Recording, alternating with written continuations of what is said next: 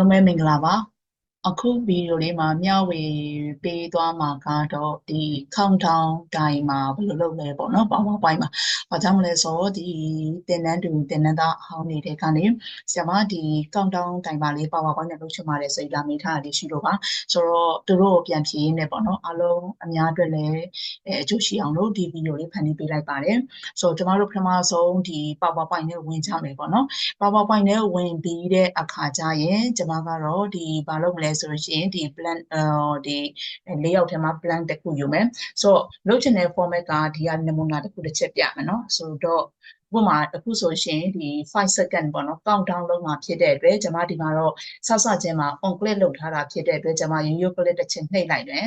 တစ်ချက်နှိပ်လိုက်တာနဲ့သူဒီ auto decrease ဖြစ်သွားမယ်ပေါ့နော်တစ်စက္ကန့်ချင်းစီပြီးတော့နောက်ဆုံးမှလည်းမပြအောင်လုပ်ထားတယ်ဆိုဒီလို format လေးပေါ့ဒါကတော့5 second စာလုပ်ထားတယ်ကိုကတကယ်လို့ဒီဟာကိုဒီနည်းလုပ်နည်းကိုသိခဲ့တယ်ဆိုလို့ရှိရင်ကိုကလည်းကိုဒီစက္ကန့်လေးအများကြီးလုပ်ထားလို့ရပါတယ်ကျမတို့ဒီမှာ just simple အနေနဲ့5 second ပုံစံလေးဒီလိုပုံစံလေးကျမဒီမှာလုပ်ပြပါမယ်ပေါ့နော်ဆိုလို့ရှိရင်ကျမတို့အခု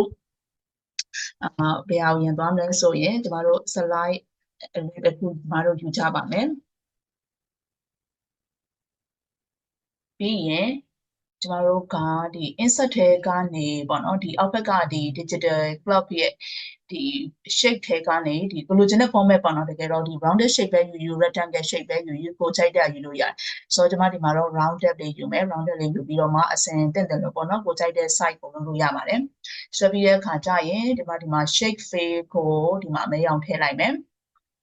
shape fill ထည့်မယ်နောက်တစ်ချက်ကကြတော့ဒီ shape outline ထည့်ခြင်းနဲ့ထည့်ပေါ့နော်နောက်တစ်ခုက okay စာရိုက်မှာဖြစ်တဲ့အတွက်ကျမတို့ကဒီ shape လေးကိုဘာလို့လို့ရလဲဆို effect လေးလှပပလေးဖြစ်အောင်ကျမတို့ preset အနေနဲ့လည်းထားလို့ရတယ်ဒါတော့ဒီလိုချင်တဲ့ format လေးကိုဒါ preset 7ပေါ့နော်ကျမဒီမှာပြင်လိုက်ပြီနောက်တစ်ချက်က shape effect ကနေတကယ်လို့များကွာ share လို့ထည့်ခြင်းခဲ့တယ်ဆိုလို့ရှိရင်လည်း share လို့ထည့်လို့ရတယ်ပေါ့နော်ဒီမှာ offset centers တွေရေးလိုက်တယ်ကိုကြိုက်တဲ့ format ကိုစိတ်တိုင်းကြထည့်လို့ရပါတယ်ပြီးရင်ဒီခရေကဒီစာသားထဲမှာဖြစ်တဲ့အတွက် text box လေးယူပြီးတော့မှဒီခရေကစာသား text box ဆွဲမယ်ပေါ့နော်ဆွဲပြီးရင်ကပုံမှန်ဆိုလို့ရှိရင်ကျွန်မကဒီမှာလေးကိုရိုက်တဲ့အခါမှာ color ဒီလိုမျိုး color ပေါ်အောင်လို့ကျွန်မကဘာလုပ်မလဲဆိုလို့ရှိရင် text box ဆွဲပြီးတဲ့အခါမှာအနီရောင်ပေါ်ခြင်းအနီရောင်ပေါ့နော်ဆိုတော့ကိုကြိုက်တဲ့ color အနီရောင်ဆိုရင်အနီရောင်ထည့်လို့ရပါတယ်အဓိကကဒီမှာဘာချိန်မလဲဆိုလို့ရှိရင် format ပေါ့နော် format မှာဒါကျွန်မက testing လုပ်ထားတာဖြစ်တဲ့အတွက်ကျွန်မစီမှာ D5 ဆိုတဲ့ format ကဒီမှာလေdigital ပေါ့နော် D5 ဆိုတဲ့ format က auto ရှိတယ်တကယ်လို့များပေါ့နော်ဒီ format လေးမရှိခဲ့ဘူးဆိုလို့ရှိရင်ကျမတို့ကဘယ်ကနေသွားပြီးတော့မှယူလို့ရတယ်လဲဆိုလို့ရှိရင်တစ်ချက်ပြဘယ်ကနေယူလဲဆိုလို့ရှိရင်ကျမတို့က Google တွေကိုသွားပြီးတော့မှGoogle တွေကိုတစ်ချက်သွားမယ် Google တွေတစ်ချက်သွားပြီးရင်သူရဲ့ format က DS ပေါ့နော် digital format digital font ပါလေးကိုရွေးလိုက်ပါပြီးတဲ့အခါကျရင်ကျမတို့ဒီကိုနှိပ်လိုက်မယ်နှိပ်လိုက်တဲ့အခါမှာဒီဘက်မှာဒီမှာဒီ DS digital format နဲ့ပတ်သက်ပြီးတော့မှ digital ဒီမှာ font ရေးတွေ့ရတယ်ဒီမှာပထမဆုံး download လုပ်လိုက်ပါနော် download လုပ်လိုက်မယ် download လုပ်ပြီးတဲ့အခါကျရင်ကျမတို့ install လုပ်ဖို့လိုအပ်ပါတယ်ပေါ့နော်ကျမကဥပမာဆိုပါဆိုတော့လုပ်ပြလိုက်မယ်တစ်ချက်လောက် download လုပ်ပြီးတဲ့အခါကျရင်ဒီလိုရောက်လာလိမ့်မယ်ပေါ့နော်ဒီ download ရဲ့ compress ထဲမှာကိုယ့်ရဲ့ဒီ download ဆိုတဲ့ folder ရဲ့download ဆိုတဲ့ folder ထဲမှာဒီ compress ထဲမှာရောက်လာလိမ့်မယ်ဒီ DS digital ပေါ့နော်ဒီဟာရောက်လာပြီဆိုလို့ရှိရင်တော့ကျမတို့ဘာလုပ်ဖို့လိုလဲဆိုရင်ဒီတစ်ခုချင်းစီဒီမှာပေါ့နော်ဒီမှာဆိုရင် font ကဒီမှာ TTF ဆိုတဲ့ format လေးကျမကဒီနှစ်ချက်နှိပ်လိုက်မယ်နှိပ်ပြီးရင်ဒီအပေါ်မှာ install ဆိုတာလေးကိုတစ်ချက်နှိပ်ပေးရမှာဖြစ်ပါတယ်ကျမကရှိပြီးသားဖြစ်နေတာဖြစ်တဲ့အတွက်ကျမတို့ replace လုပ်လိုက်မယ်ဆိုတော့အဲ့မှာရှိတဲ့ font တွေကိုအလိုပုံစံအကုန်လုံးလိုက်ပါပေါ့နော်အဲ့ဒီတစ်ချက်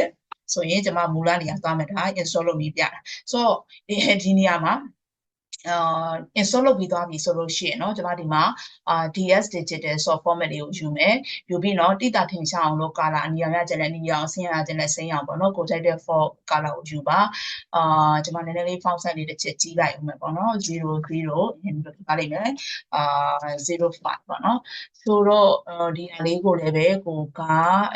center ကြိုက်ရင် center လေးမှာထားမယ်ပေါ့နော်ဒါထက်နည်းနည်းကြီးချင်လဲကြီးအောင် okay yes ပြီးရင်ဒီလိုဖြစ်သွားလိမ့်မယ်ရရင်เนาะ ဆိုတော့ကျမတို့ဒါလေးတစ်ချက်အရင်လုပ်မယ်ပေါ့လုပ်ပြီးရင်စင်တာလေးကျသွားပြီဆိုရင်ကျမကဒီ shift key လေးကိုနှိပ်ပြီးတော့နှစ်ခုလုံးဆက်လက်မယ်ပြဿနာကစာကတက်တဲ့နောက်ဘက်ကပေါက်တက်တဲ့တစ်ခုဖြစ်နေမယ်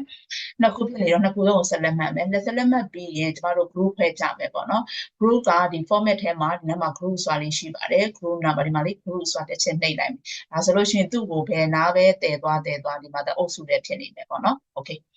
so group လုပ်ပြီးသွားပြီဆိုရင်သူ့ကိုဘာထည့်မလဲဆိုကျမတို့က animation လေးထည့်မယ်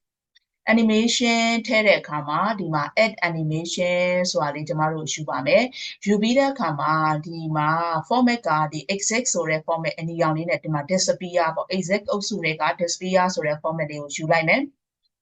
ယူလိုက်သွားဒီလိုကျမခု play ပြဒါမှမဟုတ် preview နဲ့တစ်ချက်ကြည့်ပြမယ်ဒါသူကဒီလိုပေါ့နော်disappear ဖြစ်သွားမယ်ပျောက်သွားမယ်ဆိုတဲ့ format လေးပေါ့နော်ဆိုတော့အဲ့ဒီမှာယူပြီးတဲ့အခါမှာသူကဒီနေရာမှာကျမတို့ကစတဲ့အခါမှာဘာနဲ့စစေချင်တာလဲဥမာဒီ click နှိပ်မှပဲလုပ်စေချင်တယ်ဆိုတော့ on click ကိုပေးမယ်ပေါ့နော်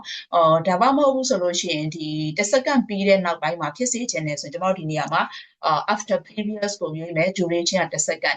ပြီးတိုင်း auto ဖြစ်စေချင်တယ်ဆိုရင်ဒီ format ကိုရွေးမယ်ပေါ့နော်ဆိုရင်ကျမပြန်ကြည့်မယ်ဒီမှာ after previous ကိုရွေးမယ်1စက္ကန့်ပေါ့1စက္ကန့်ဆိုတော့ဒါလေးပြည့်စုံသွားပြီဆိုရင်ကျမကဒီဟာကိုcopy ပွားမယ်ပေါ့နော်so control C control V ပဲနှိပ်control C control V တို့ပဲနှိပ်လိုက်မယ်မြန်သွားအောင်ပြီးရင်ကျွန်မကဒီ format ကို process လို့ချိန်လိုက်တယ်ပေါ့နော်ပြီးရင်နောက်တစ်ခု control C control V ဆိုရင်ထပ်နှိပ်မယ် control C control V ဒါမှမဟုတ် control V ပဲနှိပ်လို့ရတော့ပြီဆိုရင်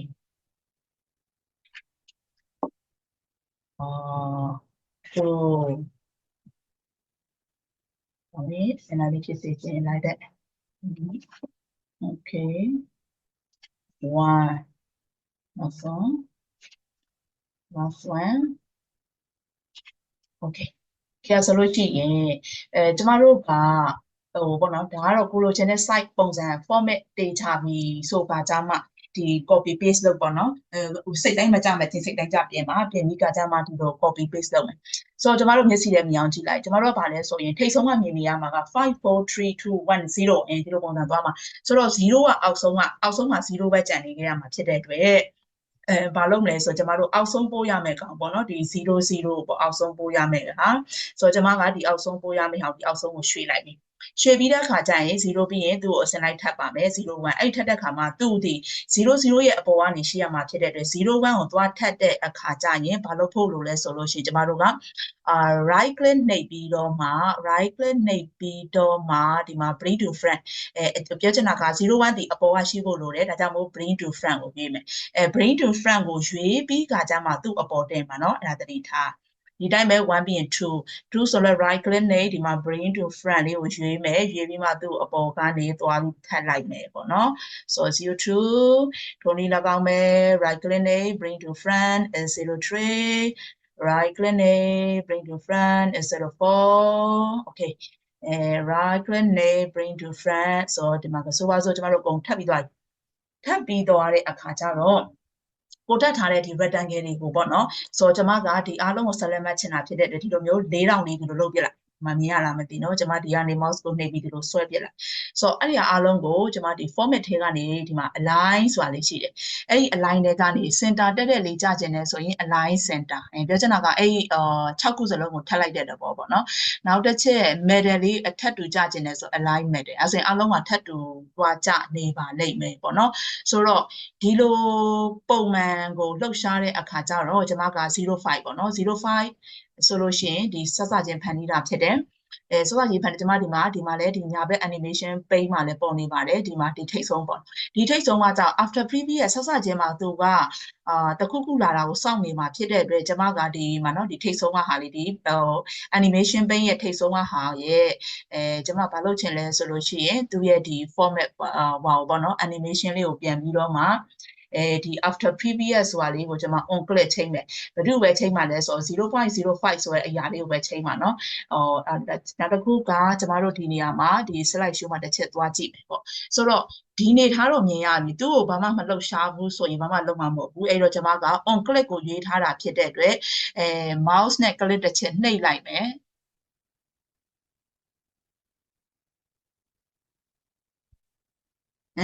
所以အမှန်တကယ်ကလေ00ဆိုတာကြီးကတကယ်တမ်းကြံရမှာသိလားကြံနေမှဒါလေးကနာရီလေးကအဓိပ္ပာယ်ရှိမှာဆိုရင်ကျမတို့ကဒီ001ဆိုတဲ့ဟာလေးကိုကျမတို့ကမလုပ်ချင်လဲဆိုတော့001ဆိုတာဒီနောက်ဆုံးပိုင်းတဲ့အတွက်ဒီမှာ animation ပိန်းထဲမှာ group 19ပေါ့နော်ဒီဟာလေးကိုကျမကနောက်ဆုံးရဟာကိုလည်းဘာထားလိုက်မှာလဲဆိုတော့ on click ထားလိုက်မယ်ဟုတ်ပြီနော်နောက်ဆုံးကိုလည်း on click ထားမယ်ထိပ်ဆုံးကိုလည်း on click ထားမယ်တခုကျမဒီမှာချိန်လိုက်တာဒီနောက်ဆုံး file လေးနောက်ဆုံးဆိုဒီမှာနောက်ဆုံးမှာရှိ animation play မှာရှိတဲ့ဟာဆိုတော့ကျမတို့တစ်ခေါက်ပြန်စမ်းကြည့်ကြမယ်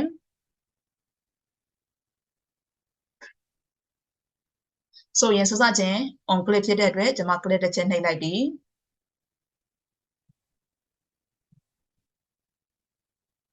ဒီလိုဖြစ်နေရမှာကြံရင်လဲ00နဲ့ပဲဒီလိုပုံစံနဲ့ကြံမှာဖြစ်ပါတယ်ပေါ့နော်ဆိုတော့ဒါလေးကိုစမ်းပြီးတော့မှလုပ်ကြည့်ပါတကယ်လို့ကိုက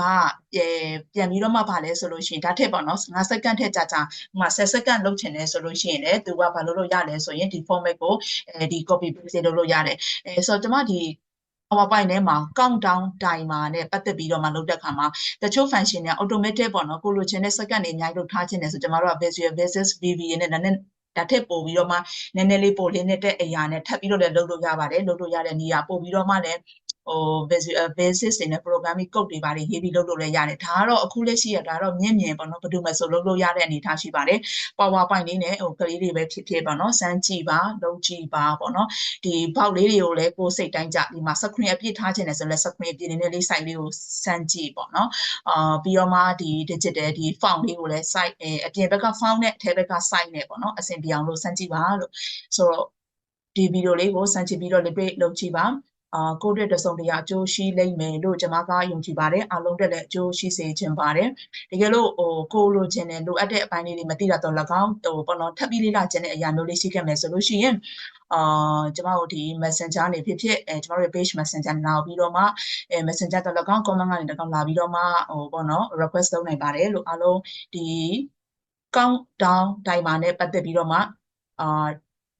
လုပ်ပေးပါစိတ်မှာတောင်းဆိုတဲ့တင်တဲ့သူတင်တဲ့တယောက်ချင်းစီတိုင်းကိုကျေးဇူးများကြီးတင်ပါတယ် See you next video. Thank you.